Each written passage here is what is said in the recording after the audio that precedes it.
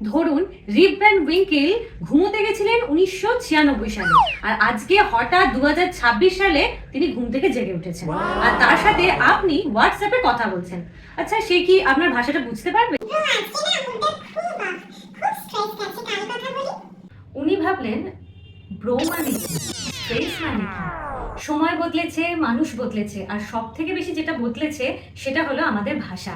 Welcome to the world of new generation, new language. Part 1। আগে বনাম এখন। আগে বলা হতো আপনি কেমন আছেন, এখন বলা হয় সব ঠিক তো। আগে বলা হতো আমি দুঃখিত, এখন বলা হয় মাই ব্যাড।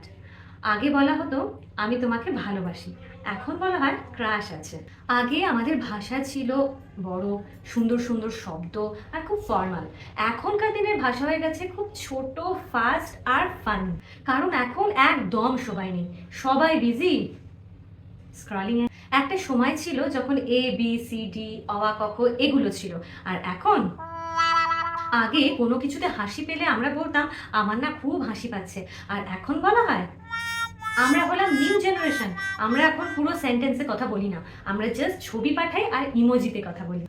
আগে মানুষ গল্প লিখত বইতে, এখন মানুষ গল্প লেখে মিমেতে।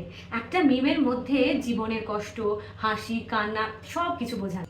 আগে ঝগড়া হতো মুখে মুখে, এখন ঝগড়া হয় মোবাইলের পেজেতে, সিন রেখে, ব্লক করে দিয়ে, রিপ্লাই না দিয়ে। আগে ভালোবাসা হতো চিঠি লিখে বা কথার মাধ্যমে আদান প্রদানে, এখন হয় কিভাবে ডিএম এর মাধ্যমে, প্রোফাইল পিকচার দিয়ে, কমেন্টে মাই লাভ দিয়ে। নিউ জেনারেশন, নিউ ভাষা। আমাদের সময় বদলেছে, ভাষা বদলেছে, তার সাথে সাথে আমাদের দুঃখ, কষ্ট, ভালোবাসা, অনুভূতিরও ভাষা বদলে গেছে। Part 2। Old versus new. Old generation বলে যে এই ভাষাগুলো ভালো না, খারাপ ভাষা। নিউ জেনারেশন বলে যে এই ভাষাগুলো খুব সিম্পল, ছোট, ফলে সময় নষ্ট হয় না, অল্প কথাতেই কাজ সারা হয়ে যায়। ওল্ড জেনারেশন যদি কারোর উপর রেগে যেত তখন বলতো ভদ্রভাবে কথা বলো, আর নিউ জেনারেশন বলে relax bro. Part 3। Mix language. আমি একটু বিজি আছি ব্রো, লেটার কথা বলবো। আচ্ছা, এই ল্যাঙ্গুয়েজটা বাংলা, ইংরেজি? ও, এটা তো মিক্সড ল্যাঙ্গুয়েজ, নিউ জেনারেশনের ল্যাঙ্গুয়েজের মধ্যে হিন্দি, বাংলা, ইংরাজি সব একসাথে মিক্সড হয়ে যায়, আর গিয়ে তৈরি হয় একটা অদ্ভুত, crazy, funny mixed language. Old জেনারেশনের ভাষা ছিল খুবই মিষ্টি, মধুর, অনুভূতিপূর্ণ এবং খুব সুন্দর। নিউ জেনারেশনের ভাষা খুবই ফাস্ট, সংক্ষিপ্ত আর ফানি। কিন্তু দেখুন, আমাদের যুগের সাথে তাল মিলিয়ে জীবনে এগিয়ে চলাই হচ্ছে জীবনের নিয়ম, ধর্ম।